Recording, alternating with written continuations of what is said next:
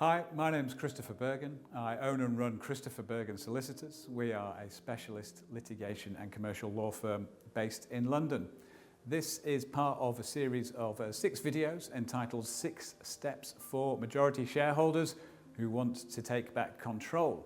It's all about companies where director shareholders are the same people and one of those director shareholders has gone rogue, is ripping off the company, lying to the other director shareholders and undermining the business, basically ruining the business for everyone. This is the second of 2 videos. The first video was some basic company law about who controls a company. This second video is about actually getting rid of the rogue director. You may think that that's an easy decision to make, but I'm here to tell you that actually it isn't. We generally go into business with the people we know and like and trust the most. So those will be our friends and family. And often getting rid of those people from the business is very fraught, a very difficult decision for you to make. I had a case a few years ago where the director shareholders of the business were 3 brothers. It was quite obvious that one of the brothers didn't care about the business at all and was really holding the other 2 to ransom. But still and understandably, the other 2 brothers found it very difficult to simply cut off their 3rd brother. And I understand that absolutely. It may be that the person that's causing all the damage is also the person that the business relies on the most. That might be the best salesman in the business or the person that's best at delivering the projects or the work. But still, I say to you, if somebody is being deliberately dishonest and undermining the business and you, then why would you keep them in the business? Surely you need to get rid of them.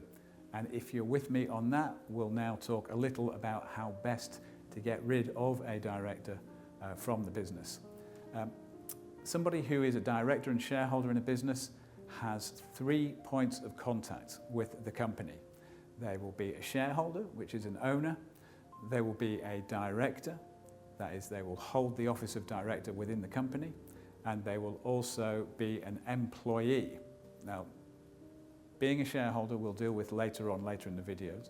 Being a director, we will talk about now, and also being an employee. So as mentioned in the previous video, if you control a majority of the shares, 51%, enough to pass an ordinary resolution, you have the authority to remove somebody as a director.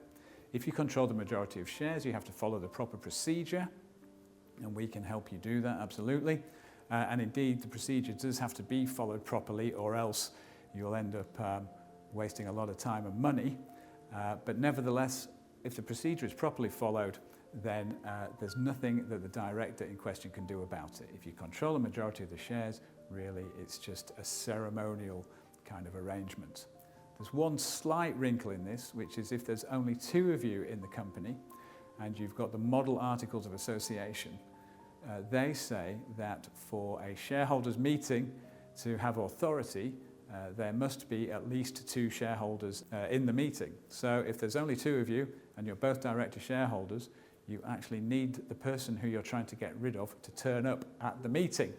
And I've seen it in the past where the shareholder director we were trying to remove as a director refused to come to the meetings. So we didn't have the authority to remove him. What you have to do in those circumstances is set 3-4 meetings in sequence, make it clear absolutely that this person is being deliberately obstructive, and then you can apply to the courts to change the Articles of Association so that you have authority only with 1 shareholder, who would be you.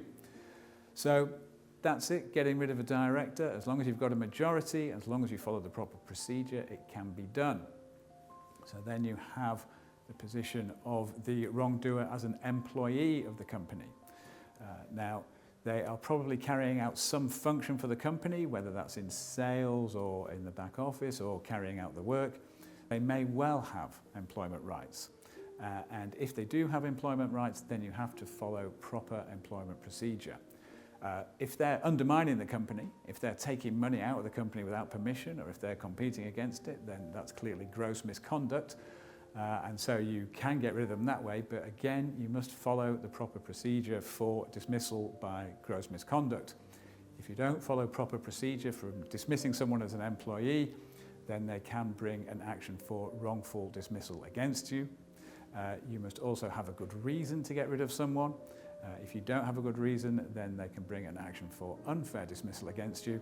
And of course, you've got to make sure that there's no allegation, no possible allegation to be made against you based on discrimination. So there you go. Somebody's ripping off the company. They're clearly the wrongdoer. You've got some decisions to make. The decision, get them out of the business. If you've made that decision, if you resolve that's the right thing to do, and I'm probably with you, I think it almost certainly is in most occasions, then shareholder will deal later, director, follow the correct procedure, easy if you're control the majority of the shares, and employment, make sure that all their employment rights are looked after, and then you can get them out of the business. If you've got a rogue director in the business that you'd like to get rid of, we'd be happy to help, happy to talk this through with you. Getting in touch with us is easy. Please go to the website, press the book a meeting button, pick a time and date from my calendar, and we can have a 30-minute conversation that's absolutely free. Alternatively, drop us an email, give us a call, and we'll call you back. Thanks very much.